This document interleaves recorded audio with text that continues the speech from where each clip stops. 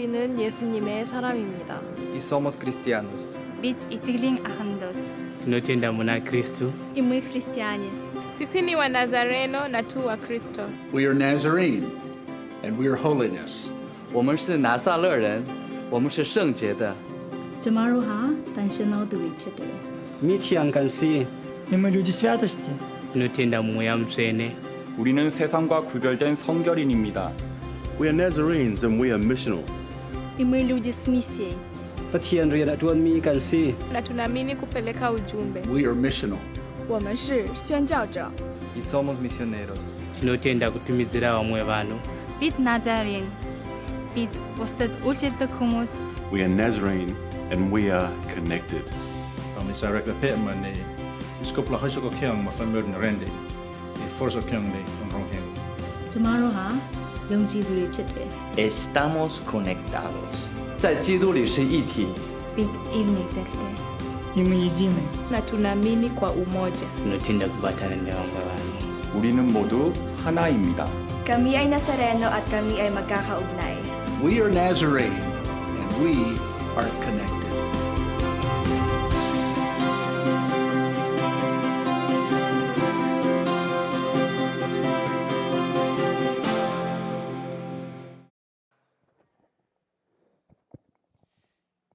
Good morning po everyone. Welcome po sa ating pananambahan sa umagang ito. Ito po ang ating huling linggo ng 2023. Ang Diyos ay tapat. Diba? Sa lahat ng panahon, diba? Ang Diyos ay tapat and we are gonna celebrate His faithfulness and goodness all throughout from January 2023 hanggang ngayon. Dapat natin siyang pasalamatan. Amen? Welcome po sa lahat at sabihin mo, ako'y nagagalak na narito ka. Sabi mo sa katabi mo. Tayo'y magpuri sa Panginoon. Pwede ba nating palakpakan ng Panginoon sa umagang ito? Woo! In just very few short hours, we will welcome 2024. And dapat ngayon pa lang sa umagang ito, walang pwedeng makakapigil sa atin sa pagpupuri sa Panginoon. Sa pag-welcome natin sa 2024, still the goodness and faithfulness of God will follow us all throughout the coming years. Amen? So I invite everyone to please stand as we read the call to worship.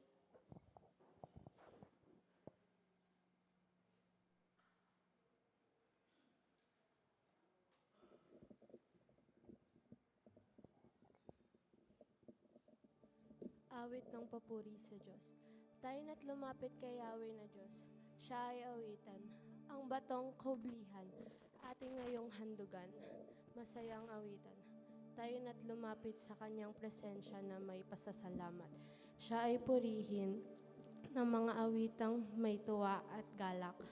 Sapagkat si Yahweh, siya ay dakilat na makapangyarihang Diyos sa ating dakilang haring higit pa sa lahat sino man na dinidiyos.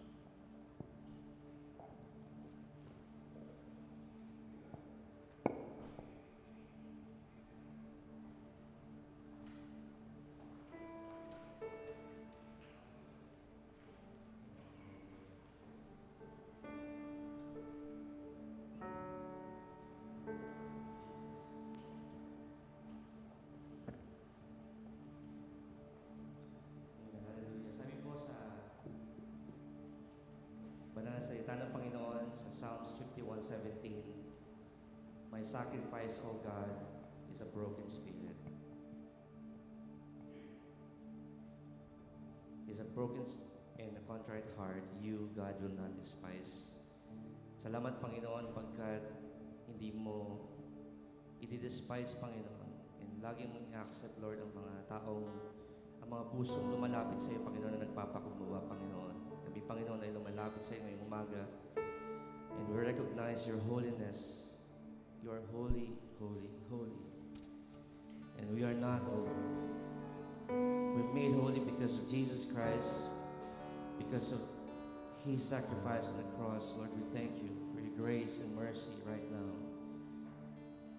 Sa aming mga shortcomings, Lord, before you, Lord, we pray Lord, that you, Lord, give us the faith, O Lord, O God, to stand in confidence, Panginoon, this morning, to give you the best praise and worship and adore you, your name above all names, Panginoon, this place, every one of us in this church, Lord, to worship you, Lord, in spirit and in truth, with all of our hearts, Panginoon, without distraction, O Lord.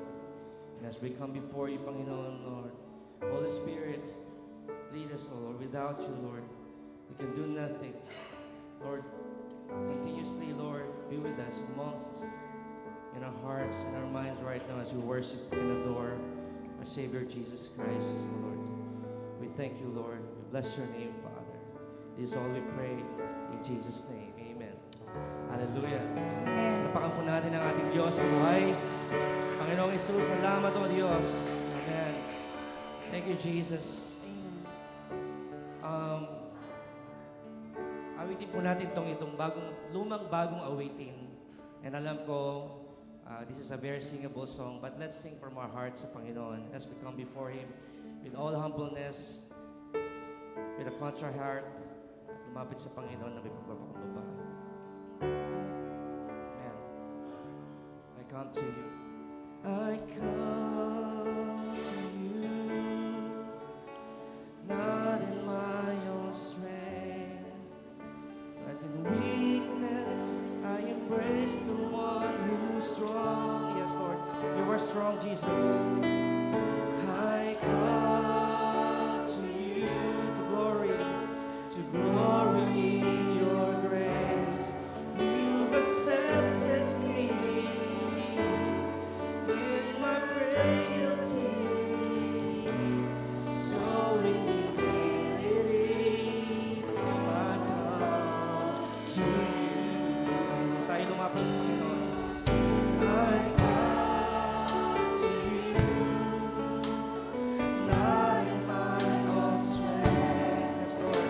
But in weakness I embrace the one who's strong. For you are strong, oh Jesus.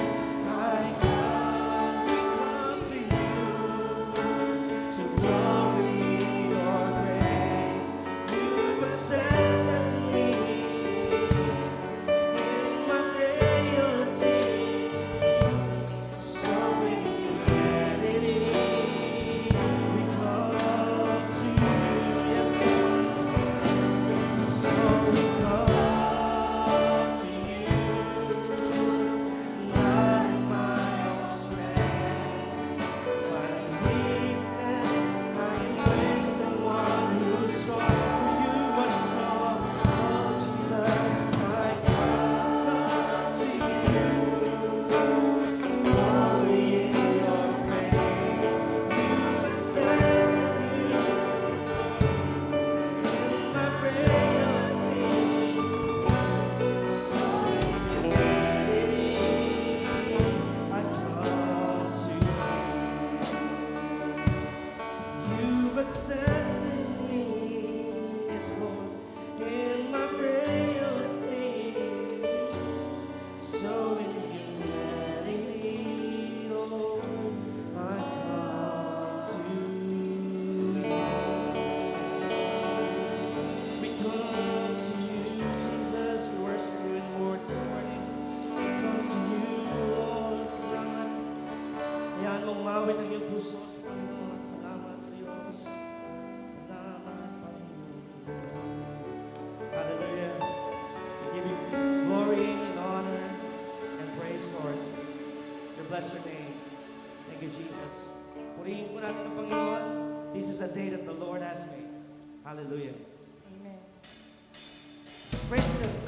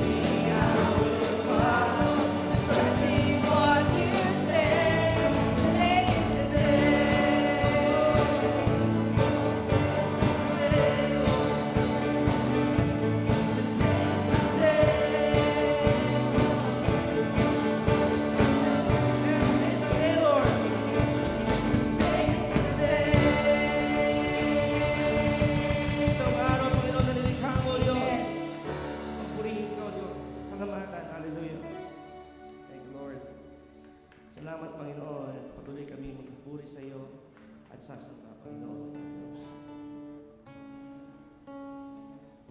Thank you, Lord Jesus.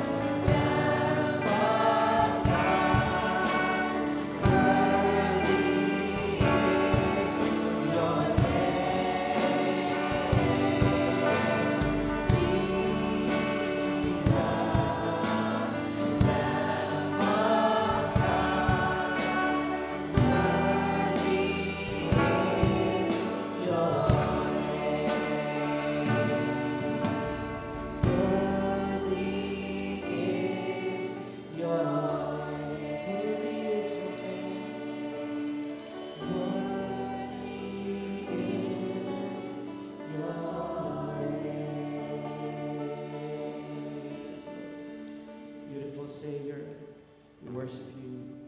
You are our King of Kings.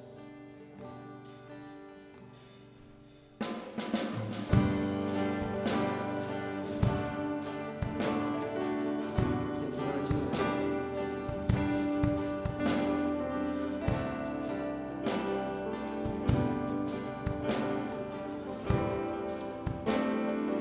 Jesus, beautiful Savior. Beautiful Savior,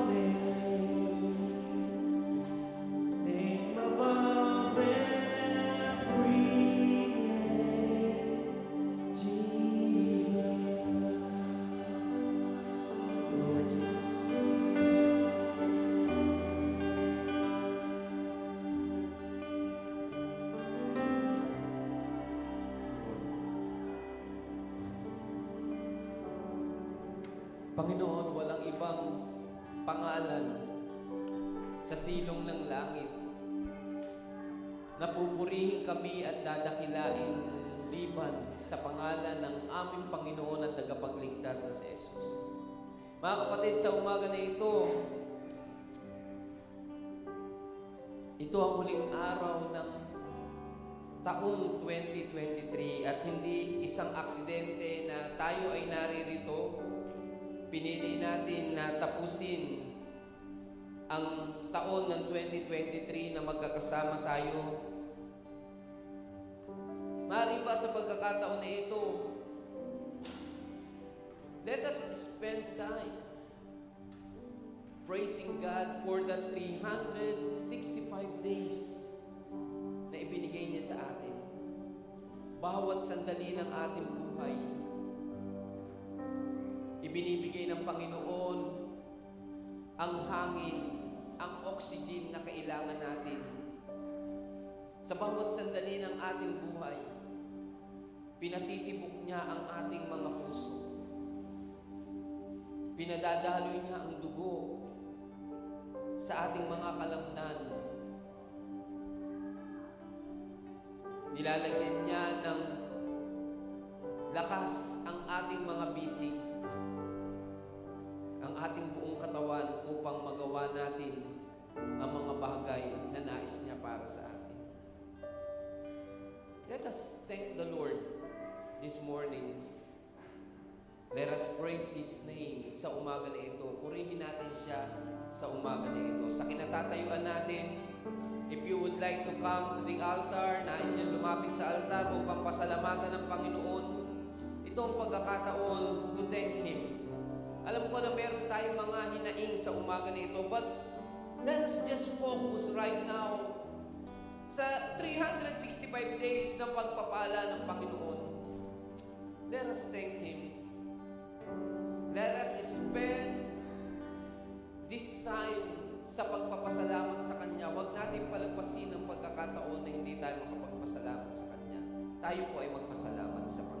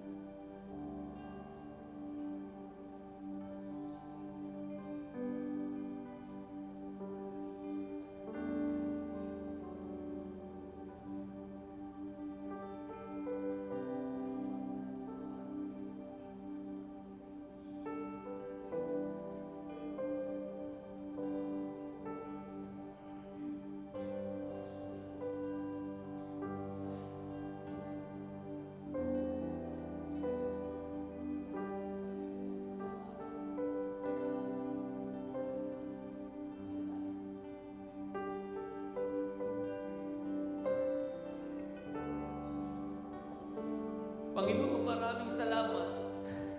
Bilang church,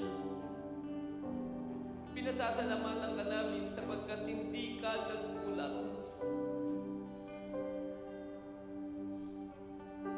Kailanman hindi ka nagkulang sa amin bilang community of faith. Ikaw ang nagsusustain sa amin. Ikaw ang nagsasaayos sa aming buhay bilang isang eklesya upang magampanan namin ang aming tungkulin bilang iyong mga anak, upang magawa namin ang iyong banal na kalooban. We thank you, O God, Dahil ikaw din na nagsusustain sa bawat family na kabilang dito sa iglesia na ito.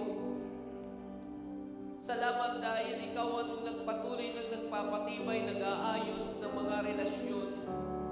Salamat sa bawat mga hamon sa buhay, mga pagsubok, sapagkat alam po namin at pinangahawakan namin ang iyong mga salita na sinabi mo na walang pagsubok na hindi naranasan ng lahat ng tao.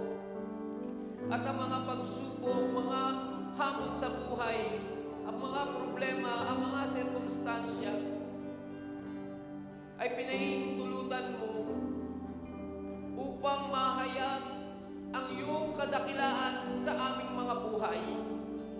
Maraming salamat po. Dahil hindi ka nagkulang sa lahat ng pagkakataon, you provide all our needs according to your riches and your glory. And we even thank you, Panginoon, sapagkat nakakapag-response kami sa kagandahang loob mo. Salamat sa mga talento, mga kakayanan na ipinagkaloob mo sa amin. And through that, O God, we can serve you.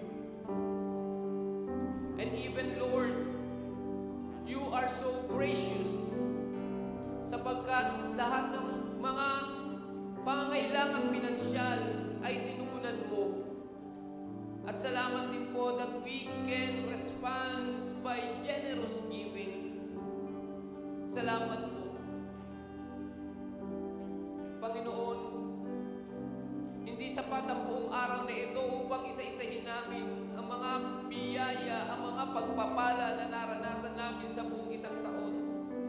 At dalangin po namin ay patuloy na maging inspirasyon namin ang mga kaganapan nangyari ngayong 2023 sa pagharap namin sa taong 2024 na may bago kaming kalakasan. May mga inspirasyon kami, hindi lamang kami babase sa mga resolution, Panginoon, sa mga New Year's resolution, but we will live according to your grace and mercy na sufficient sa aming mga buhay. Salamat po.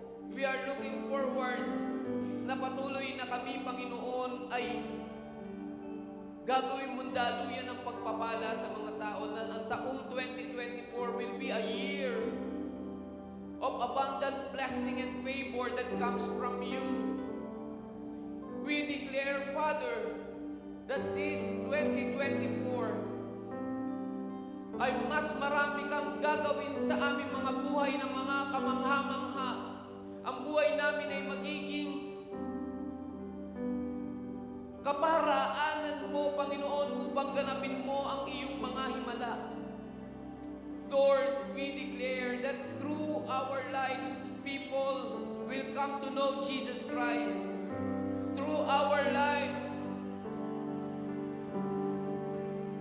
your blessing will overflow sa aming mga buhay at pagpapalain mo ang marami pang mga tao.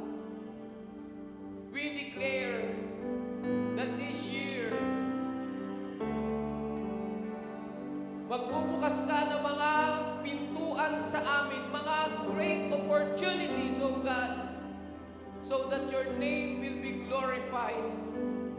We declare, Father, and we claim, O God, all the 20,000 promises, Panginoon, na isinulat mo sa iyong mga salita. And help us through the power of the Holy Spirit na maganap din po namin ang mga pinagagawa mo. This year, Father, a double portion of your anointing, O God, ang pinangahawakan namin. Just like nang iniling ni Elisha kay Elijah, Panginoon, the double portion ng anointing ang sinabi ni Elijah. Father, maraming salamat po. Thank you, Panginoon, sa lahat ng bagay na ginagawa mo. At patuloy kami magiging tapat sa iyo because your name is wonderful. Your name is beautiful. And what you are going to do in our lives, O God, sa taong 2024 is both wonderful and beautiful. Maraming salamat. Kahanga-hanga. Ito po ang dalangin namin at minsan pa namin ipapahayag ito sa pangalan ng aming Panginoong Jesucristo at aangkinin ito. Maraming salamat po at minsan pa namin itataas pa rin ang pangalan mo at sasabihin namin, your name is wonderful. Your name is beautiful. At ito ay magmamanifest sa aming mga buhay. Purihin ka, aming Panginoon. Ito po ang dalangin namin.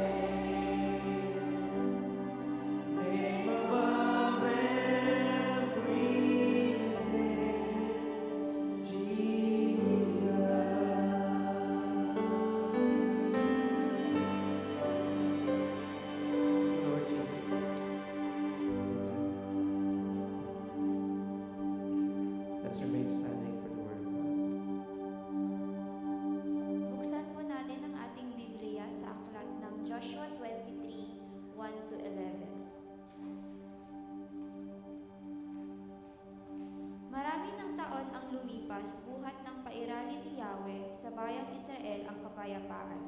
Hindi na sila ginambala ng mga kaaway na nasa palibot nila. Matandang-matanda na si Josue. Kaya tinipon niya ang buong Israel, ang matatanda, ang mga pinuno ng mga angkan, at ang mga tagapangasiwa sa bayan. Sinabi niya, "Ako'y matanda na, nasaksihan ninyo ang ginawa ni Yahweh sa lahat ng bansang ito dahil sa inyo.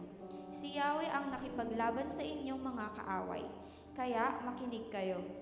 Ibinibigay ko sa inyong lahat bilang bahagi ng inyong mga lipi ang buong lupaing nasa pagitan ng Ilog Jordan sa gawing silangan at ng dagat Mediteraneo sa kanluran.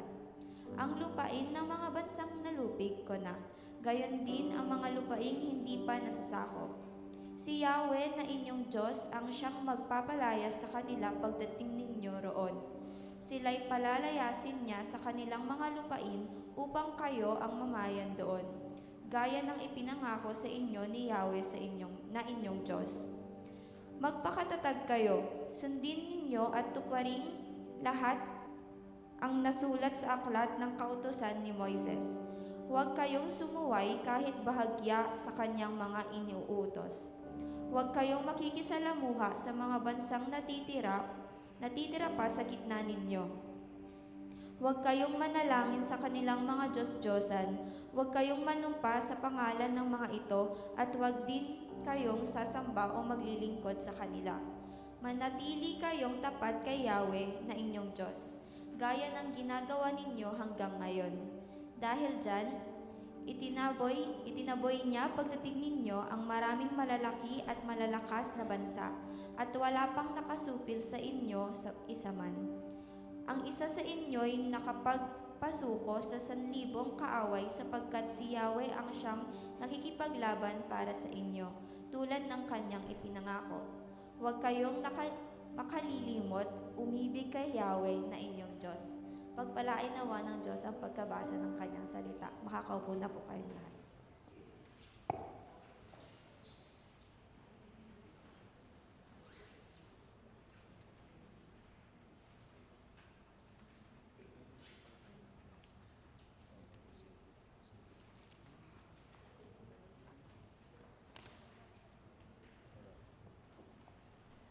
Good morning po sa ating lahat. Happy New Year!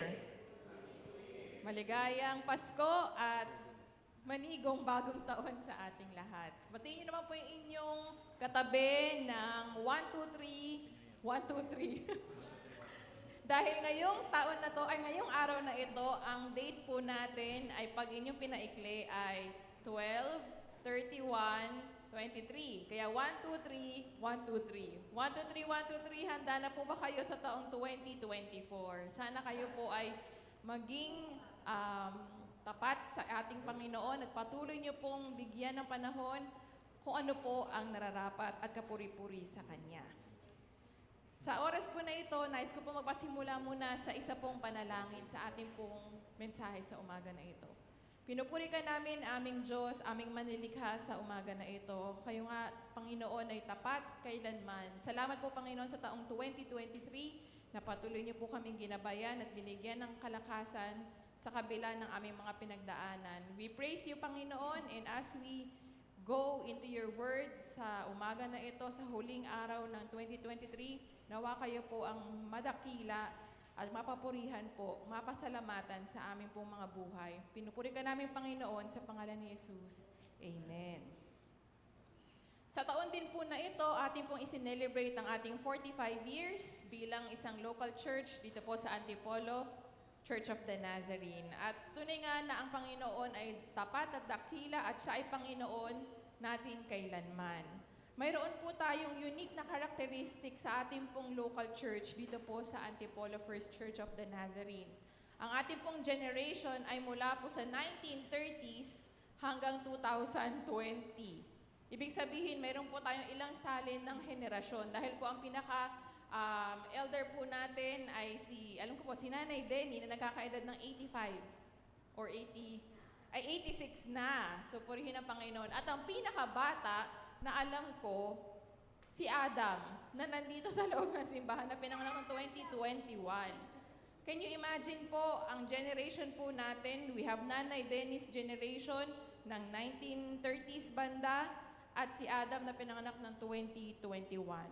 Instead na maisip po natin na ito po ay isang problema, ito po ay napakagandang opportunity para sa ating pong simbahan na abangan o ipakalat ang salita ng Panginoon sa mga darating na salinlahi or generation. Kung makikita niyo po ang ating pong generation, andyan na po ba yung slide? Ang ating pong generation ay nagmumula daw po sa mga tinatawag na baby boomers, Generation X, millennials, at sa taon na ito sabi na iGen. Pero mas kilala natin sila sa tinatawag na mga Gen Z or Alpha generation. At napakaganda pong tingnan na ang ating pong simbahan ay sinubok na ng henerasyon, ng ilang salin po ng henerasyon. Ang ating pong mundo ay punong-puno po ng maraming mga problema at stress sa kapanahunan po natin ngayon. Marami ang mga unexpected na kaganapan sa ating paligid. This year, ilang beses po tayong sinubok ng iba't ibang problema sa ating pong lipunan, sa ating pong community. At ilan doon sa ating mga nakitang mga challenges ay yung pagtaas, or hindi naman siguro pagtaas, pero maraming balita tayo naririnig when it comes to suicidal or when it comes to suicide incidents. Hindi lamang po sa normal na tao, kundi sa mga celebrities din. At ilan ng mga ito sa mga nakita natin sa taon na ito. Next slide. Doon po sa ating mga insidenteng ito, ay nakikita natin that these incidents ay medyo nagkakadagdag ng ating stress. At higit pa doon, isa natin naging problema ay yung pag-aalis minsan ng values education sa curriculum ng ating mga estudyante sa eskwelahan. It might be a concern, ito ay maaari nating maging problema sa ating hinaharap dahil baka ang henerasyon ngayon ay nakakalibot na nang hindi hindi naman ganun kalaki, pero baaring sila man ay sagabal or nagkakaroon ng sagabal sa pagkakaroon ng good manners and right conduct.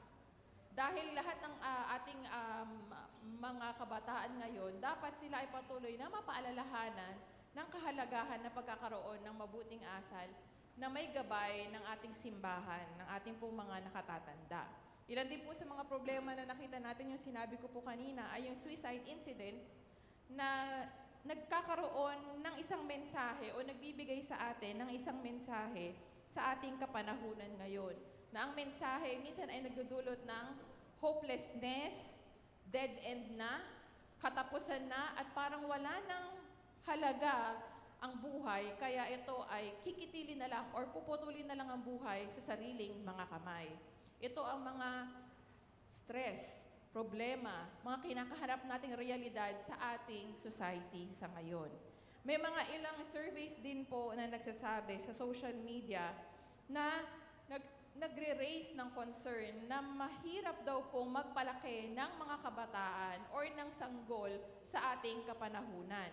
Bukod dun sa hirap magpalaki ng bata sa panahon na ito dahil nga sa dami ng challenges, sa dami ng magiging problema, ang ilan sa kanila ay pinili na lang na huwag mag-anak. Pansinin nyo, the generation ngayon, laging sinasabi ni Pastor Nick, parang medyo madalang magkaroon ng anak ang mga lahi ngayon.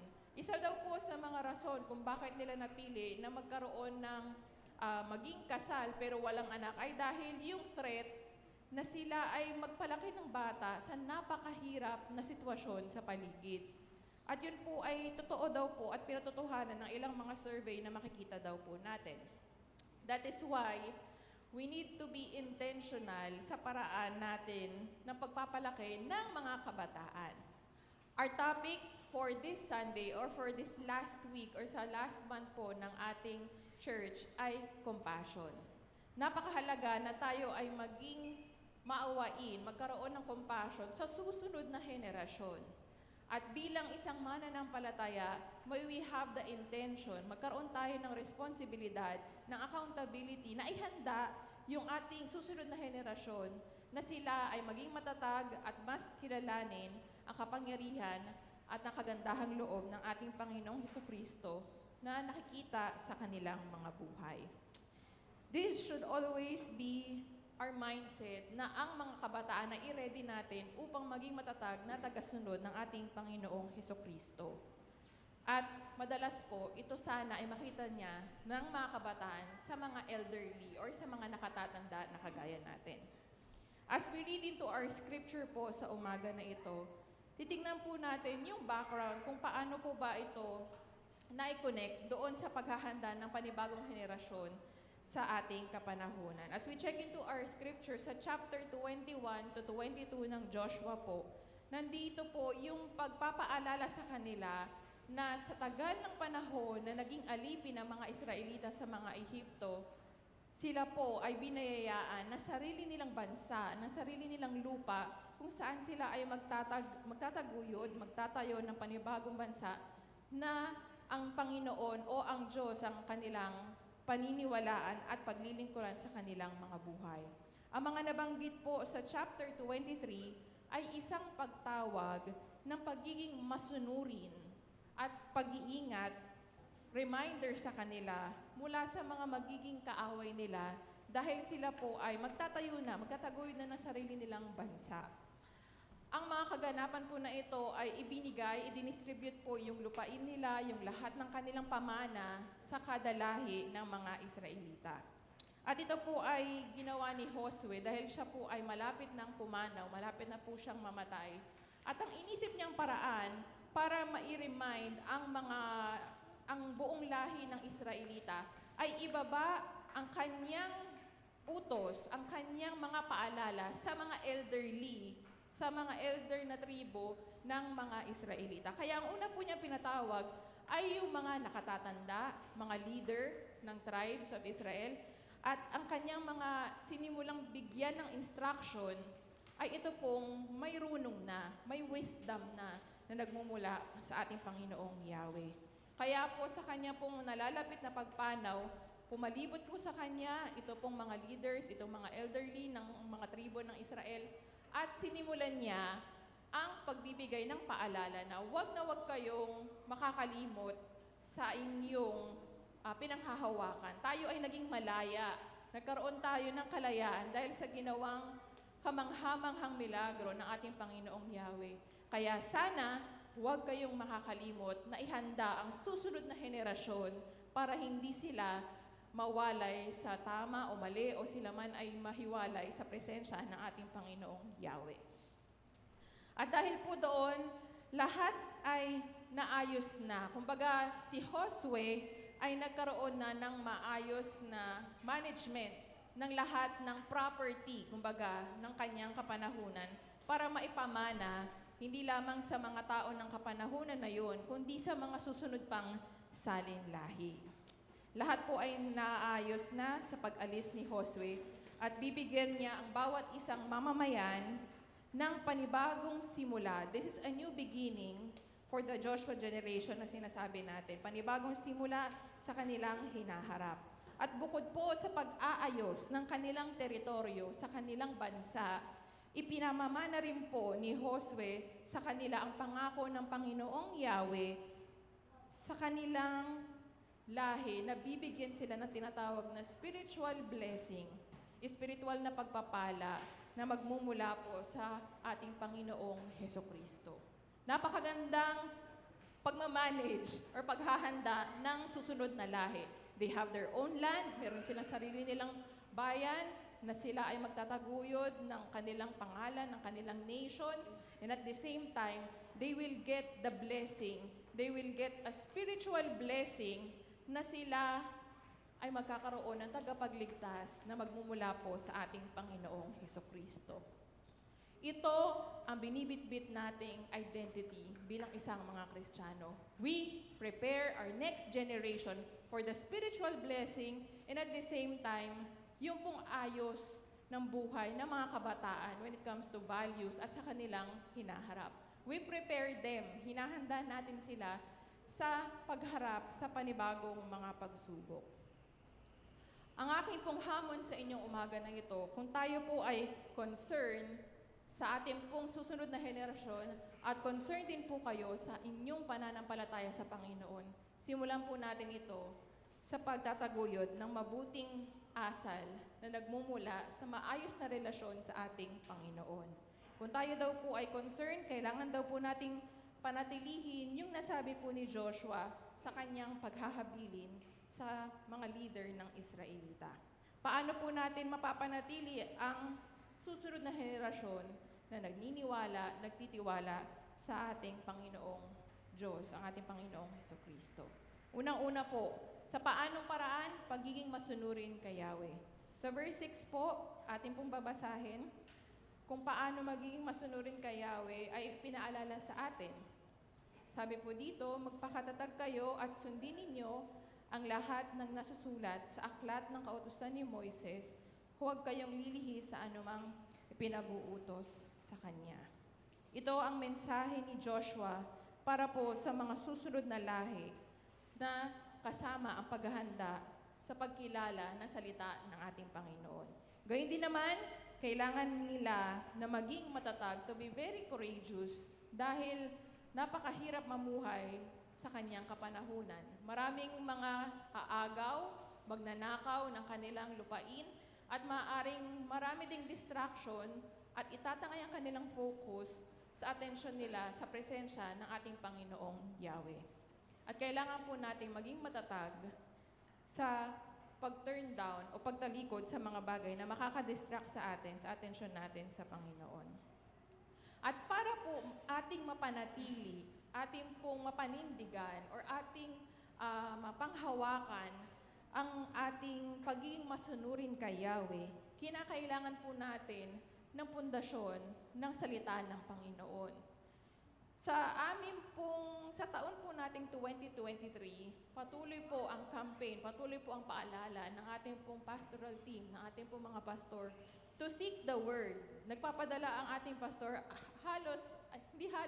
araw-araw ng very diligent sa atin lahat na seek the Word of God. Alamin niyo ang salita ng Panginoon sa inyo sa araw na ito. Pag-aralan ito, pagbulay-bulayan, pagmuni-munihan ng salita ng Panginoon. Nang sa gayon, tayo ay magiging matapang sa pagharap sa hamon ng buhay sa ating kapanahunan. Kagaya po na sinabi ko kanina, ang daming iba't ibang mga problema ang ating nakikita sa ating paligid. May mga pagkakataon po na masusubok yung ating pagsunod. Dahil yung ating pagsunod, minsan ay yung mga bagay na hindi tayo komportable sa ating pong mga steps na gagawin.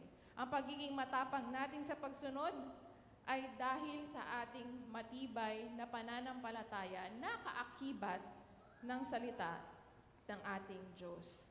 Ang mundo natin ay, sabi nila, masama ng dahil sa kasalanan. Naging masama dahil sa threat ng kasalanan. At ang Diyos nating banal ay hindi pahihintulutan ng kahit anumang bahid ng karumihan. So, ibig sabihin ng mundo na ito ay corrupt. Maraming mga bagay na hindi kapuri-puri o hindi kasaya-saya sa ating Panginoon. Kaya mas nararapat po na tayo ay maging handa na lumaban, maging handa na alamin ang pangako at ang mga warning ng Panginoon sa atin. At ito po ang tunay na pagkaawa o pagkakaroon ng compassionate na hindi na po magaya, hindi na po maulit ng susunod na henerasyon or hindi nila maranasan yung suffering or yung pain na kaakibat ng kasalanan na nararanasan natin sa ating paligid. And it is through Jesus Christ that we can experience the compassion that we need sa ating kapanahunan na ang gulo-gulo at ang ingay-ingay sa ating paligid. Kaya sabi nga po sa isa pong quotation, sabi dito, in Jesus Christ, God is revealed to us as a God of compassion. God even goes so far as to give up the privileged position of His divine power and to appear in our midst as a humble servant who offers to our wounded and tired feet. Ang lahat po sa atin ay may kapaguran sa ating mga buhay. Pero salamat po sa katauhan ng ating Panginoong Hesukristo, ang Diyos ay naawa. Ipinadala ang kanyang bugtong na anak para tayo ay magkaroon ng kapahingahan, ng kapayapaan, ng kagalakan sa mundong maingay, magulo. At siya po ay parang kanya pong i-give up ang kanyang royalty privilege para po paglingkuran ng ang bawat isa sa atin at tayo ay bigyan ng kapayapaan at kapahingahan sa atin. Isa pa rin po sa paborito ko or na-amaze ako na palabas ay itong palabas na ito. Next po. Itong palabas na to ay tuwang-tuwa ako kapag ako ay nakakapanood. Ang title po niya is Undercover Boss. At ito po ay maraming franchise sa iba't ibang bansa sa US, Australia, or sa UK. At ang kwento po or ang plot po ng Undercover Boss ay ang pagkakaroon ng recession or problema ng iba't ibang kumpanya sa Amerika. At dahil po doon ay nagre-resulta ng pagbabawas ng tauhan at pagkalugi ng mga kumpanya. The only way para sila po ay makarecover doon po sa problema ng maraming natatanggalan ng trabaho, maraming nalulugi na kumpanya, ay gumawa ng paraan upang isalba yung kumpanya. At sa pagsalba ng kumpanya, napaka-extreme ng kanilang naisip na paraan. Ito po ay isang reality show kung saan susundan po yung buhay ng CEO ng kumpanya, na malalaking kumpanya, corporation, kagaya halimbawa ng McDonald's, 7-Eleven, siguro mga American international companies, at yung mga CEO na daw po na yon ay mag-undercover or magpapanggap na empleyado na kasama sa operations. So from high-level position, sila ay bababa, magdadamit, magpapanggap, at sila ay magtatrabaho kasama ng mga entry-level position or yung mga nagsisimula pa lang ng mga empleyado sa kanilang korporasyon. Makikita daw po nila yung realidad ng mga empleyado, kung paano sila trumabaho, ano yung kanilang work ethics, paano sila kapag walang nakatingin na boss sa paligid nila. At ito po ay talagang nakakatuwang panoorin dahil may mga ilan doon na hero, bayani, ng mga kapwa nila, mga empleyado. May ilan din sa kanila na nagpapasaway. O may ilan sa kanila na parang may hidden agenda or intention sa kanilang mga katrabaho. The CEO gave up their privileges just to become one of the employees sa kanilang korporasyon. Sila po ay, ang mga undercover boss na ito ay madidiskubre yung hirap, yung passion or yung compassion ng kanilang mga empleyado sa kapwa nila empleyado. Jesus was obedient to the Father to become like one of us. Siya ay naging masunurin sa kalooban ng Diyos Ama para tayo ay magkaroon ng kaligtasan sa ating pong mga buhay. And He is one best example or one of the best examples ng obedient and compassion na makikita natin o maikukumpara natin kagaya nitong ating nakitang palabas na ito. Mga kapatid, as we prepare the next generation, may they become closer to God and become obedient sa kanilang mga buhay. May mga bagay na sila ay nahihirapang sumunod or may mga bagay na sila ay parang hindi kayang gawin dahil sa mga binibigay ng ating kapaligiran na ito. But we have responsibility, we have accountability, nagabayan sila at maging hands-on sa pagpapalaki sa kanila, pagpaparemind sa kanila na magkaroon ng attitude at malalim na relasyon, totoo, tunay na relasyon sa ating Panginoong Hesukristo para sila po ay dalhin itong kaligtasan na ito sa mga susunod pang henerasyon. Nawa we become obedient sa ating individual na buhay and at the same time to have the attitude of being compassion na i-ready ang next generation na ito sa mga darating pang pagsubok. Pangalawa pong bagay na nais ko pong ibahagi sa inyo o paalala po sa atin kung paano mapanatili yung susunod na henerasyon na naniniwala sa ating Panginoong Hesukristo. Manatili kay Yahweh. Manatili, ibig sabihin, to remain, maging steady, hanap-hanapin ang presensya ng Panginoon sa buhay ng bawat isa. Sabi dito, huwag magbabanggit ng kahit anumang salita or huwag magbabanggit ng anumang Diyos bukod kay Yahweh. Sabi po dito rin po ay manatili sa Panginoon. As we read po sa ating scripture, basahin na lang po natin. Sabi po doon sa verse 7 hanggang 8, huwag kayong nakikisalamuha sa mga bansang natitira pa sa lupain ninyo. Huwag kayong manalangin sa kanilang mga Diyos-Diyosan. Huwag kayong manunumpa sa pangalan ng mga ito at huwag din kayong sasamba o maglilingkod sa kanila. Sa halip ay manatili kayong tapat kay Yahweh na inyong Diyos gaya ng ginagawa ninyo hanggang ngayon. There will be a lot of distractions sa ating paligid. Maaring ito ay mga dayuhan sa ating pong mga atensyon. Maaring ito po ay magdudulot ng kalituhan sa ating atensyon sa ating Panginoon. It might also bring disorderly sa ating pong mga buhay. But the word or ang pangako ng Panginoon, ang ating panghahawakan is manatili at huwag manalangin sa ibang mga Diyos-Diyosan. It is difficult kapag tayo po ay naharap sa generation that everything is okay.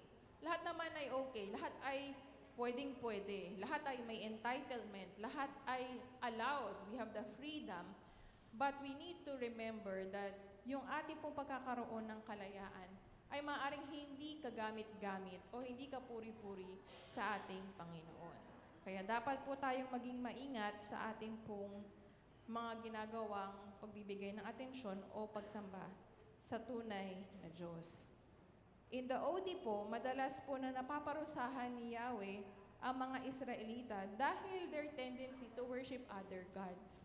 Maraming beses po nating nabasa sa kasulatan na nagagalit si Yahweh, pinaparusahan, nagdudulot ng kamatayan ang mga tao o ang mga Israelita na nagtutunaw ng ginto, naggagawa ng kahoy na kung ano-ano mga imahe para lang makumbinsi sila na ito ang presensya ng Panginoon na kapiling sa kanilang mga buhay. We need to be very careful sa ating ding panahon ngayon. Maaring hindi man po tayo marunong magtunaw ng ginto, hindi man tayo marunong magkarpintero na gumawa ng mga imahe, but we might do it unconsciously sa ating mga buhay, sa ating pagbibigay ng atensyon sa mga bagay na hindi nagmumula sa tunay na Diyos. Bukod po sa pagiging focus sa atensyon na nasa Panginoon, we are also reminded to cling, to join, sumali, to stick ourselves into fellowship ng ating mga kapatiran sa simbahan. As we become more close sa ating pong fellowship sa isa't isa, mas magiging matatag ang ating panlaban sa anumang distraction ng kapaligiran na ito. Kamakailan din po, nire-remind ko ang NYI sa kanilang year-end celebration na ang mga kabataan ngayon madalas ay madaling panghinaan ng loob. Hindi naman sa inaatake ko ang Generation Z, pero madalas na nakikita natin na kapag sila ay may nakitang problema, pag sila ay na-discourage na, ang ilan sa mga nagtatrabaho mga Generation Z, magre-resign daw sa trabaho or parang ibibigay ang kanilang resignation at sasabihin na, I don't deserve this. I don't deserve this kind of treatment. At madalas na sinasabi nila, magre-resign na lang ako. So may mga ilang insidente po tayong nakikitang ganon.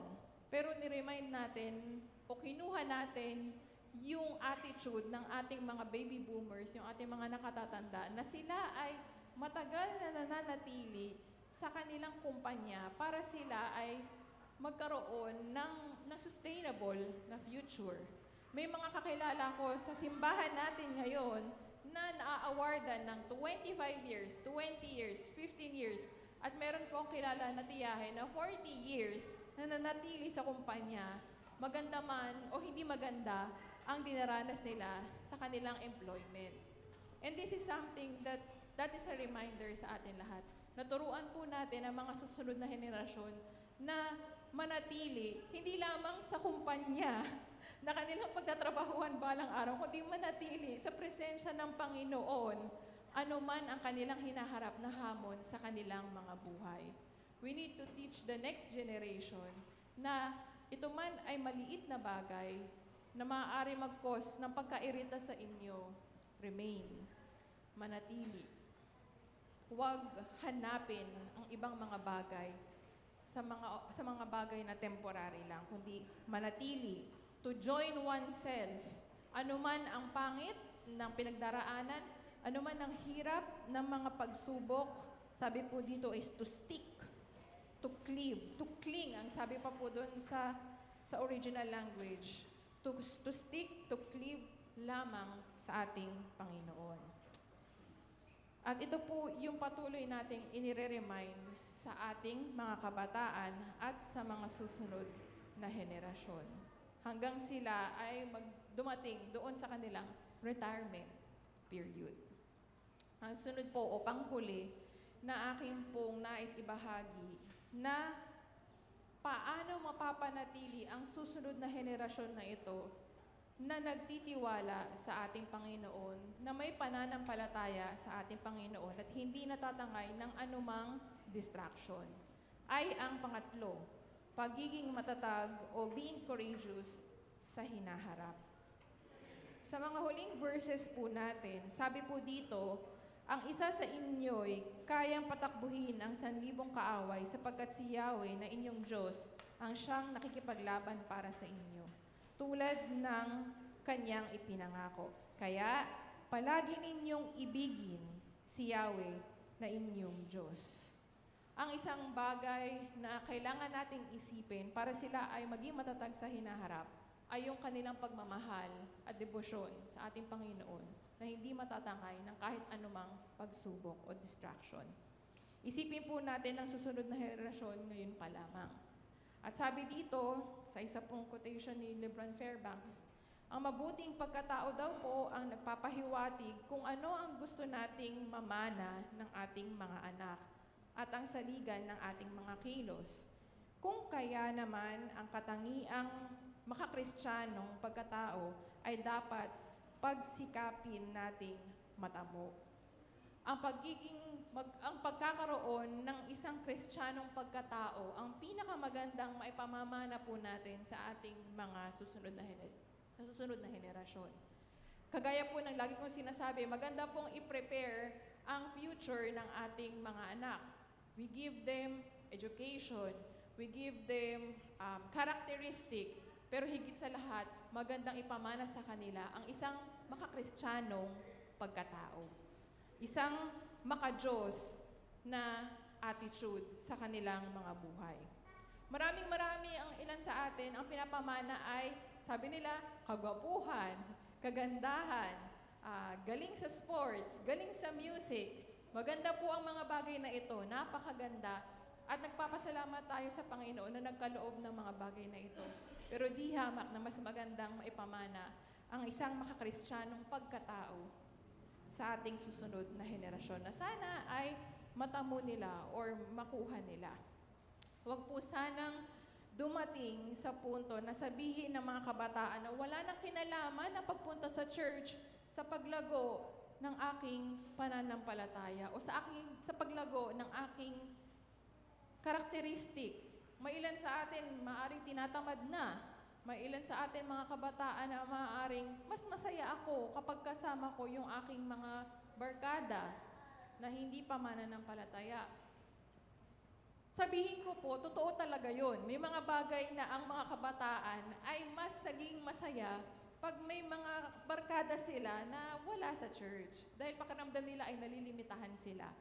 Pero mas maganda po na samahan ang barkada na masaya sila at the same time, ang kanilang barkada ay may Diyos, may Panginoong Hesukristo sa kanilang mga buhay. Dahil yun po ang tunay na kahalagahan ng kaligayahan at ng kasayahan sa kanilang mga buhay. Kagaya po ng mga kaganapan sa mga unang talata, paalala po ito sa lahi ni Ruben, ni Gad. Ito po yung mga paalala sa kanila na madalas sila po ay pinaghahanda kasi maraming kaaway, maraming mandidistract at tatangayin yung kanilang mga kayamanan. Pero sana po ay maihanda natin sila na tanggihan o hindi tumingin sa kaliwa, sa kanan o madistract ang kanilang atensyon sa kung ano yung beneficial sa kanilang mga buhay. Sa patuloy po nating paghahanda sa ating pong mga kabataan, ang maganda pong maipamamana natin ay ang kristyanong katauhan. Maaring sila po ay magaling sa academics, purihin po ang Panginoon. Maaring sila po ay magaling sa sports, magaling sa larangan ng arts. Pero higit sa lahat, mas ihanda po natin sila sa kristyanong pagkatao or sa maayos na pagkatao na nagbubuhat sa standard ng ating Panginoong Hesukristo. This whole context po of our scripture ay ang pag-prepare ng Joshua generation at sa henerasyon natin sa panahon na ito. Sa ating pong kapanahunan, madalas iniisip natin ang pansarili nating kapakanan. Ano ang pwede kong magawa pansarili sa aking career or success? Maganda po yun. Pero ano rin po yung maibibigay ko sa aking pamilya? Isipin po natin ang mga bagay na sa paghahanda po natin sa ating pansariling pagtanda, sa pag-iiwan ng mga aralin o mga kaisipan sa susunod na henerasyon, isipin din po natin yung maiiwan natin na henerasyon sa ating mga kabataan. We want to be safe. Kagaya po nung sinabi ko nung mga nakaraang linggo, minsan pag tayo ay nakakuha na ng kaligtasan mula sa ating Panginoong Hesukristo, praise the Lord, salamat Panginoon, we mark safe. Safe na ako, okay na ako, save na ako. And minsan, sinasarili natin. But ang reminder sa atin ng Panginoon is to become the light of the world. Nawa ang buhay natin ay mag-reflect kung sino ba talaga ang Diyos sa ating mga buhay. Sa action, sa pananalita, sa pag-iisip, at sa ating pong pakikitungo sa ating mga kakilala. We have to be careful. If it really gives us peace and everlasting assurance, bigyan po natin ng maipamamana sa susunod na henerasyon ng ating po mga kabataan. Sa akin pong pagtatapos, meron po akong kwento kahapon na kilala ko po ang aking pamangkin na malayo. Mula po sila sa Pampanga at bumisita sila sa amin sa pamilya Kaparas po kahapon. At na-meet ko po yung bata na nagngangalang Mia. Siya po ay 7 years old. At sabi ko kay Mia, ano yung pinagkakaabalahan mo? Ano yung pinapanood mo sa YouTube or sa Netflix? Nung sinabi niya na ang title is Demon Slayer, nag-ano agad sa isip ko na, hala, parang hindi yata appropriate. Mayroon lang ako narinig na demon. Ako ay parang na-alert agad.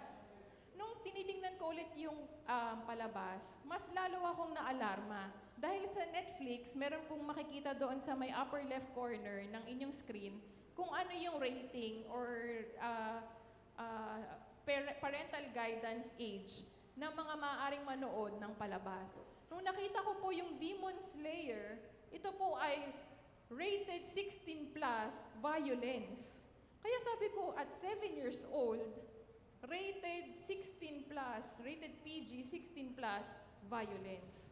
At nung sinabi ko dito kay Mia, ito ba talaga yung palabas na pinapanood mo?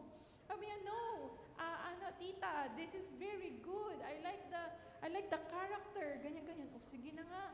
Pero sinabi ko sa kanya, ang pinapanood mo, Cocomelon, yung mga ganyan. At sabi ng tita, nako tita, tatawanan lang niya ang Cocomelon at ayaw niyang panoorin. Mas pipiliin niyang panoorin yung Demon Slayer na 16 years old ang edad, violence ang ibinibigay. This is how we cope up. This is how we manage, we see the reality ng henerasyon na ito. They are prone to anything they can watch sa social media. They are vulnerable sa panonood sa YouTube. They are open access sa panonood ng Netflix. At nakakabahala. Tunay nga talaga na nakakabahala. May isa pang ginawa si Mia sa akin. Finalo niya yung account ko sa TikTok at sabi niya, meron po ako YouTube channel. Nung chinek ko yung kanyang YouTube channel at nag-subscribe ako, kakaiba yung content. Hindi pang 7 years old. Kumakain siya, sumasayaw siya, at yung sayaw niya ay tila malaswa. Ayoko naman maging judgmental. Pero nung nakita ko talaga yung mga steps, ako ay nabahala dito sa batang ito. Sabi ko, Mia, you should not watch this kind of, you should not do this, kasi Englishera, hindi nakakaintindi ng Tagalog. At sabi ko, mas magandang manood ng ganitong movie, ganitong ganyan. Eh, napapaisip yung bata. Tinanong niya ako, why? Why? Ang dami niyang tanong. At sabi ko sa kanya, you should not watch yung mga pelikula na hindi pa appropriate sa age mo para hindi ka mabigla or hindi ka magkaroon ng pagkaagad. At ito yung concern na ibinibigay ko po or isinishare kong challenge sa atin. Marami tayong mga kabataan na nandito ngayon na may sari-sariling cellphone, may sari-sariling gadget. May we be intentional in giving them gadget time. Ang maganda naman po doon sa tita or doon sa nanay-nanayan niya is may gadget time siya na 2 hours a day. Do you think it's enough? Do you think it's okay? Parang mas magandang gawing 30 minutes na lang ang gadget time ng mga bata sa panahon ngayon. But ang mensahe ko po or ang nais ko pong ibigay sa atin is mas ihanda natin sila at maging intentional tayo na ihanda sila sa makakristyanong pagkatao. Christian values. Kung di man Christian values, simulan po natin sa good manners and right conduct sa ating paligid. Isa pa po na kwento bago po magtapos. Ako po ay nabigyan ng pagkakataon na mag-speak sa mga kabataan sa bandang Rowenas sa Mapayapa Church. Ito po mga kabataan na ito ay masasabi natin na laki sa hirap or laki po sila sa pagkatrabaho.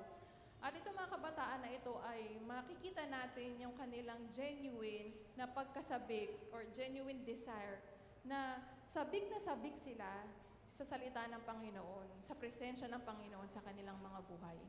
Isa pong game nila ay ang blindfold, bibigyan po sila ng blindfold, At doon sa kanilang paglalagay ng blindfold, meron po silang kailangang iwasang mga trap na nakasulat sa bond paper. Ang mga trap po na ito ay nakalagay fear, confusion, brokenness, loneliness. At ang tanging paraan para makalagpas sila doon sa mga trap, doon sa mga warning na yon, is kailangan nilang makinig sa mga dikta ng kanilang teammate. So medyo familiar na po sa inyo yung laro.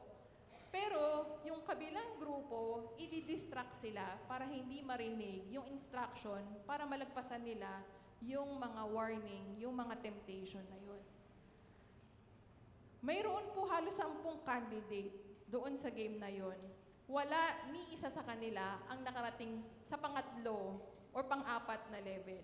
1 or 2 pa lang na step, naapakan na nila agad yung warning or yung temptation, confusion, unhappiness, brokenness. Ganito po ang ating buhay ngayon. Maraming ingay sa paligid. Maraming distraction ang magdudulot sa atin sa pagpapalaki ng ating mga anak. Pero sana po tayo ay maging intentional na bulungan sila ng malapitan, to be close to them, at maibigay yung mensahe na ang Panginoong Hesukristo ang inyong pakinggan at ito ang kanyang mga salita, ito ang kanyang mga instruction sa inyo. Nawa malagpasan nyo yung lahat ng temptation, yung lahat ng mga warning na ito sa inyong mga buhay. We need to be compassionate dahil ang Panginoong Hesukristo, ang Diyos Ama mismo, ang nagparanas ng compassion na ito sa pamamagitan ng pagpapadala ng Panginoong Hesukristo na maging kasama natin at mailigtas tayo sa ating mga kasalanan. As we go into our new year, 2024, nawa ang susunod po na henerasyon ay maging matatag. Ulitin ko po, ang susunod na henerasyon nawa ay magkaroon ng pagiging masunurin kay Yahweh. Ang susunod na henerasyon ay magkaroon ng pananatili sa presensya ng ating Panginoon. At higit sa lahat, nawa ang susunod na henerasyon ay maging matatag sa pagsubok ng hinaharap.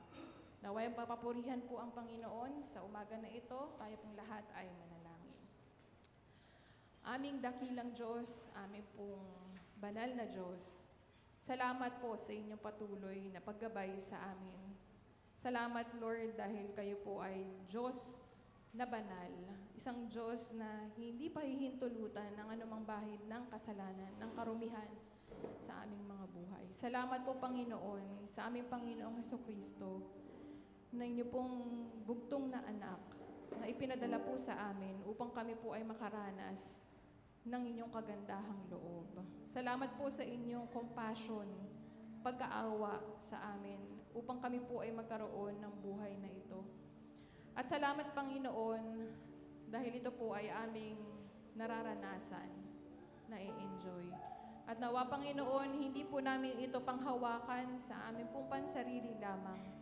Nawa ito pong aming binibitbit, dinadala na pananampalataya, Kristiyanong attitude, katangian na nagmumula sa aming Panginoong Hesukristo ay maibahagi po namin, hindi lamang po sa aming mga kakilala, kundi maging kapaki-pakinabang sa susunod na henerasyon.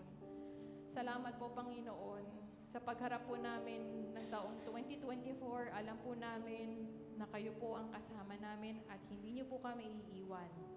Nawa, Panginoon, kami po ay maging liwanag at magkaroon ng compassion sa aming pong mga kabataan, sa aming pong mga anak, apo, pamangkin, at mga bata po dito sa aming simbahan. Lord, we want to live a life holy and pleasing sa inyo. Give us the strength na harapin ang mga bagay na ito sa kabila ng distraction, sa kabila ng ingay ng mundo na ito na aming kinakaharap. We cannot do it alone. Kaya we ask your presence through this fellowship, through this local church, to become a good, accountable person na i-reach out po ang aming pong mga bata, ang aming pong mga kabataan. Pinupuri ka namin, Panginoon, as you prepare for us sa 2024, at i-leave po namin ang lahat ng bitterness, ng pain ng 2023 para po maging focus ang aming attention sa inyo sa mga darating na panahon. We praise you, Panginoon. We glorify your name. In Jesus' name we pray. Amen.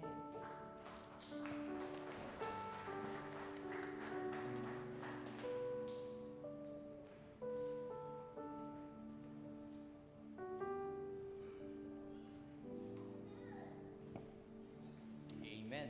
Maraming salamat, Pastora, sa napagandang paalala na yon para sa bawat isa, about our generation, and it's about time na muli tayo mga na nasa, saan ba tayo? Gen X, Millennials, ako doon saan eh. Ano ba yung panahon nila Catherine Bernardo?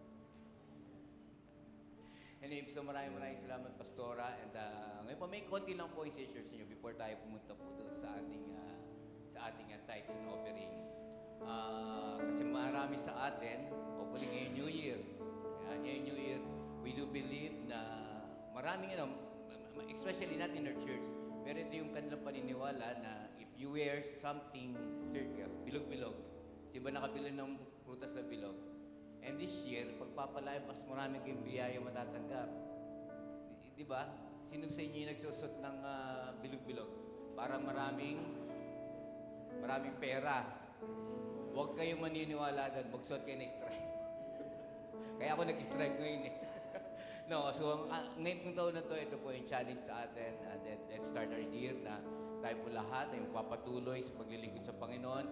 Even our giving. May share po sa inyo, this is what I share. Maaari sa inyo, hindi po familiar, hindi rin po alam. I'm not in Facebook para lagi nagpo-post ako. Member po ako ng Rotary. Rotarian po ako ng 3800 ng Rizal, na Rotary East Club ng Antipolo. Every meeting po ron, doon, nasusurprise ako. Ito po mga group of business people po ito, mga professional, nasusurprise ako. Sa Rotary, they are voluntary give something. Sila. Sa buong mundo, ang Rotary ang nag-eradicate ng polio. 1940s hanggang 70s, na-eradicate nila yung polio. Ibig sabihin, totally natanggal nila almost sa ibang bansa. Dito sa Pilipinas, only 4%. Ngayon, ang Rotary Club, especially dito sa ating bansa, meron din tong ganong drive. Gusto ma-eradicate ang polio. Most of them, talaga nagko-contribute.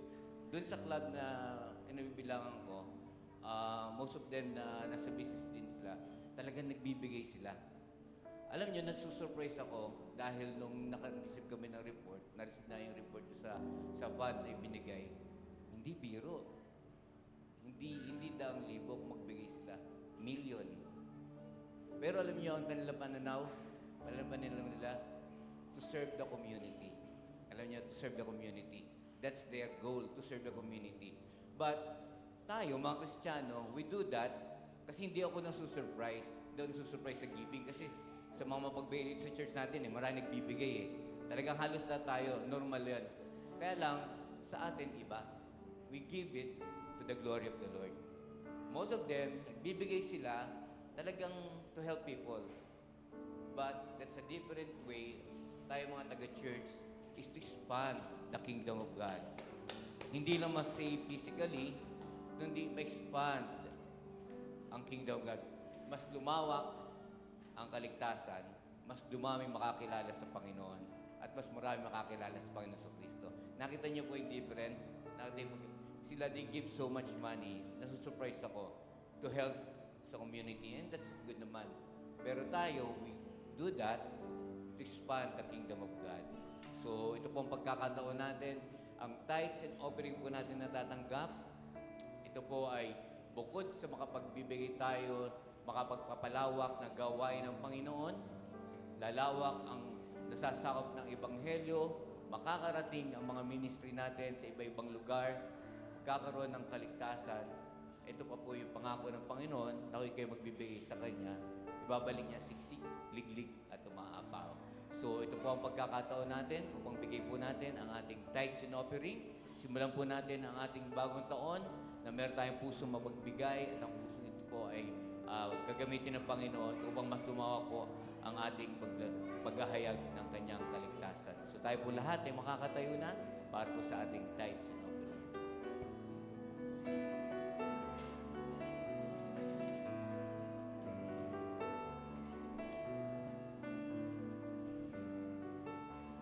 And nais kong pasalamatan pasalamatan din si Brother Marvin at si Christy sa kanilang napagandang bulaklak sa umagang ito. Thank you so much sa inyong offering.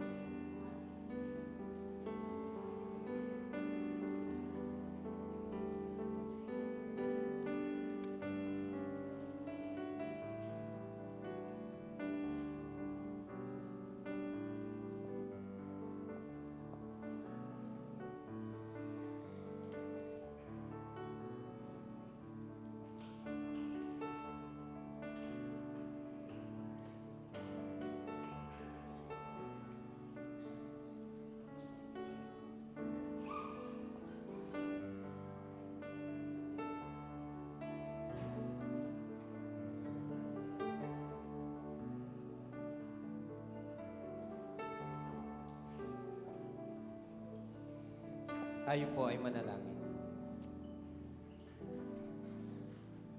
Mapagpalang Ama at aming dakilang Diyos, tunay na kahanga-hanga ka at ikaw ang Diyos na bukal ng biyaya.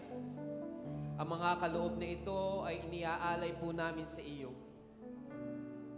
Ito ay tanda ng iyong pag-ibig sa amin, ng pagkalinga sa amin, tanda ng iyong hindi na uubos na biyaya sa amin na iyong mga anak. Ang mga kaloob na ito, Panginoon, ay tanda rin, Panginoon, ng pagmamahal ng bawat isang kapatiran sa iyo. Tanda, Panginoon, at kapahayagan ng cheerful and generous giving, Panginoon, bilang pagtugon namin sa iyong hindi nagmamaliw na pag-ibig sa amin sa lahat ng provision mo. Sa pagkakataon na ito, dinadalangin po namin na ang mga kaloob na ito ay magamit sa lalo pang ikalalawig ng iyong kaharian dito sa lupa, sa ikapupuri ng iyong banal na pangalan, sa ikaliligtas ng mga taong nasa kadiliman, sa ikalalakas ng bawat isang kapatiran patungo sa pagiging mga disipulong kawangis ni Kristo. Panginoon, dinadalangin din po namin na ang mga kaloob na ito ay ibalik mo sa bawat isa na patuloy na nagbibigay ng may kagalakan sa puso, na siksik, liglig at nag-uumapaw. Sa gayon, Panginoon, ay lahat ng mga pangangailangan sa iyong kawan ay matugunan. Ito po ang dalangin namin sa pangalan ni Jesus. Amen. Amen. Thank you so much. Maraming salamat, Pastor. At ngayon po, bago po sa ating mga ilang paalala, syempre, itong buwan na ito ay marami nag-celebrate. Bukod tayo po ay celebrate ng Pasko. Ngayon mamayang hapon naman ay ang ating New Year countdown. Ngayon naman po, bigyan naman natin ng papuri ang Panginoon sa buhay ng ating mga kapatiran na nag-celebrate ng kanilang birthday itong buwan ng Disyembre. At syempre, ang ilan nating mga member na nag-celebrate ng kanilang anniversary. So, tatawagin ko po ang ating ilang mga member na ito. Of course, ang ating pong steward ay minihandang regalo para sa inyo. Ito po ay galing pa saan, Tenisa? Japan? O, galing daw po Japan ang inyong regalo na matatanggap sa umagang ito. So, I'd like to call po sa ating mga December celebrant, si Pastor Nick. Yan, ang ating pastor. Hiling namin ang unang-unang celebrant ng December na ito na ating member. Ganun din po si Isaac. Where's Isaac? Tulog. Tulog pa. Si Ate Pura. Yan, ate ko, ate. Happy birthday. Si Brother Dennis. Ito, palihim na nag-celebrate ito sa ibang bansa. Liga dito. Nag-celebrate ito, nag-birthday ito ng December 15. So, lumagpakalayo-layo, nagpunta ng ibang bansa. Pero may kopya kami na may birthday ngayon. Hindi ko makakaligtas. Si Christy Orminita, Christy. Then si Jibo, Angelo Quetua. Si Ellen, ng 23, nag-celebrate. Ellen Leyva. And si Angie. Where's Angie? Mga nagluluto pa. Si Ate Sol, nag-celebrate ng 24. Ito, maraming halaya ito mamaya. Ate Sol, ha? Alam mo na, hube. Si Hannah Biado, where's Hannah? Nag-celebrate ng 28. Hannah Biado, AJ Abdal. AJ Abdal, Risa Aradasa. Si Ate Risa, and then si Rachel Aro. Ito. Si James Aro. Si James, nag-celebrate na nakaraang James. Ito po, si Rachel. Ito ang mga nag-celebrate nating December. At syempre, ang ating mga nag-celebrate naman ng ating anniversary, walang ibang ating Herbs and Grace Tia. Sila po ay nag-celebrate ng December 5. At si Grace, Herbs, ito kayo. May bibigay sa inyo. Galing Japan itong mga regalo na ito eh. Naghihintay nyo. At din si Nick at si Asel. Nick, rito si Brother Nick. Celebrate. Palakpakan po natin. Ito po yung ating mga celebrant. Ang ilang anniversary naman. Brother Nick, dito ka, ikaw mamigay. At yan naman si Hill at si Kay. Nandito si Hill at si Kay. At si DJ at si Rose. At syempre si Gwen Nestor and Ate Annie. Ito yung mag-anak na same mang kanilang petsa ng kanilang anniversary. Si Ate Annie, Gwen Nestor. At yun din si Marvin at Christy. Yan, at ganun din po si Connie Yabut. Nag-celebrate din sila ng anniversary ng kanyang asawa itong December nito. At si Marvin and Christy. At ganun din si Gracie at si Homer. Homer Basalote. So, meron po ba rito nag-birthday na itong taon na to na hindi ko natawag? Sayang rin po itong galing Japan na pinamimigay ng ating steward. Mga celebrant. Si Kay. Ken Hill. Yun nga, Ken Hill, nabanggit na rin. And then si DJ, sila yung mga ka-anniversary ka-date ni Ate Annie. Rachel, anniversary niyo yun? December din. Oo nga. Sige, dito kayo. Dito. So, hilingin natin si Pastora Erica na ipanalangin ang ating mga celebrant at ang mga itong buwan na ito.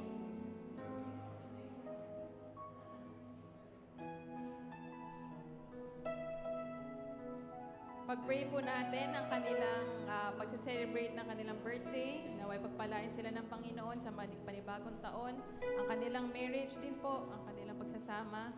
Maging sentro nito ay ang ating Panginoong Jesucristo. Salamat po. Tayo po lahat ay manalangin.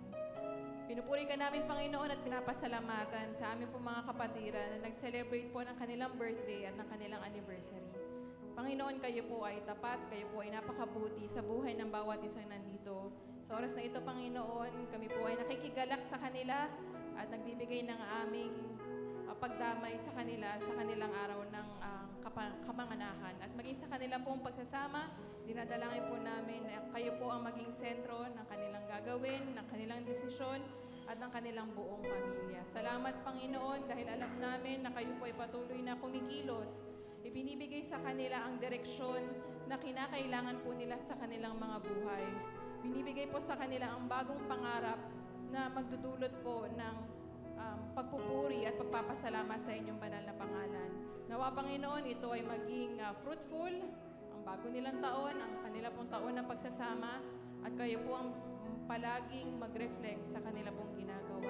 Pinupuri ka namin, Panginoon, at pinapasalamatan sa buhay ng bawat isa sa pangalan ni Jesus.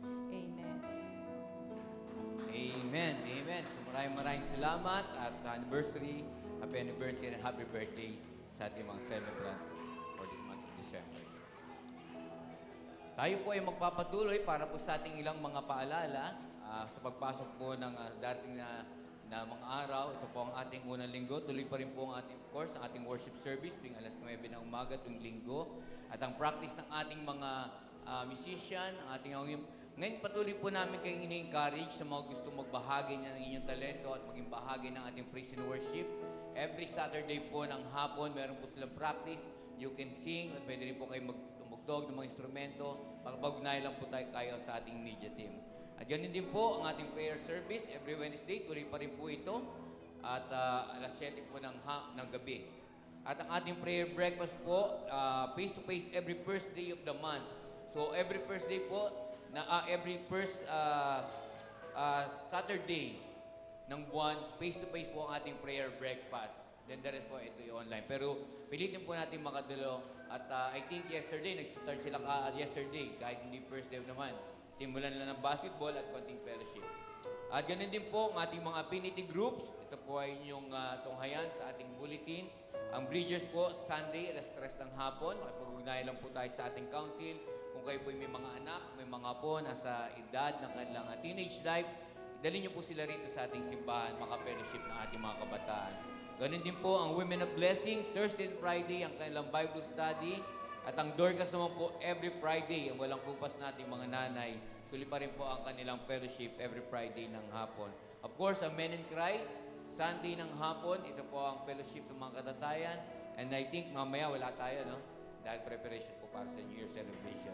At of course po, ang ating po mga pastor ay patuloy po nating maaring makausap. Gusto niyo ng counseling, panalangin, mga kwentuhan. Andito po ang mga number ng ating pastor, Pastor Nick, Pastor Ascent, Pastor Billy, at Pastor Erica. Kung nais niyo po sila makasama o mga kwentuhan. Kung nais niyo rin mag-share ng ating, ng inyong mga nice panalangin and even blessing, you can communicate and contact them. At ganun din po, tayo po ay nagpapasalamat nakaraang December 24 ng ating pong candlelight. Nagkaroon po tayo ng birthday offering. At ito po ay gagamitin sa mission. At ito po ay na-receive natin ay 9,900 pesos. Palakpakan po natin ang Panginoon. Napakalaki po nito. Imagine niyo itong natanggap na offering nito, makakarating ko sa ang misyon ng ating simbahan. So yun po. At yun po ang ating ilang mga paalala. At ganoon din po ang ating Disciples Journey School of Ministry classes. Mag-start na po ito ngayong January 2024. Ang Old Testament Survey under ni Pastor Nick at Spiritual Formation under kay Pastora Erica. So ang mga interesado po, makapag-ugnayan lang po kayo sa ating pastor para po sa ating pang detalye ng ating pagpasok ng school year nito para sa ating spiritual formation. So maraming salamat po at Happy New Year po sa bawat isa. Tawagan po natin ang ating pastor sa pagsasara ng gawain.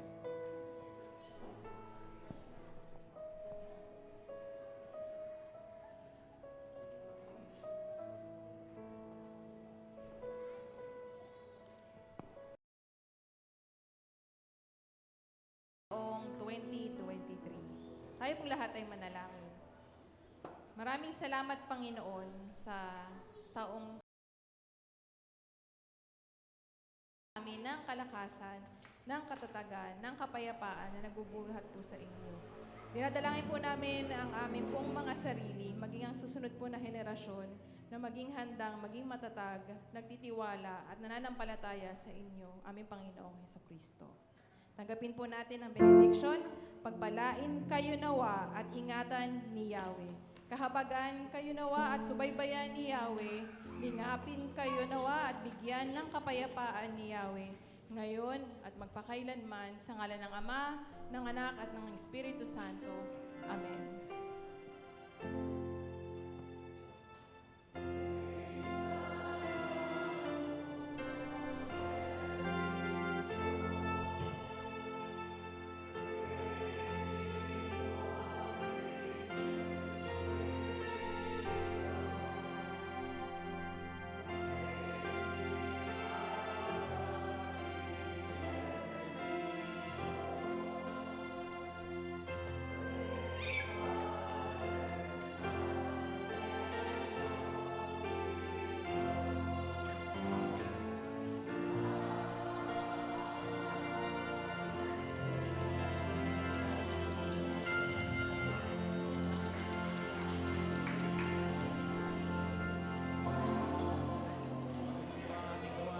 Happy New Year po, everyone. Enjoy your feast. Sunday school po. Meron pa rin po.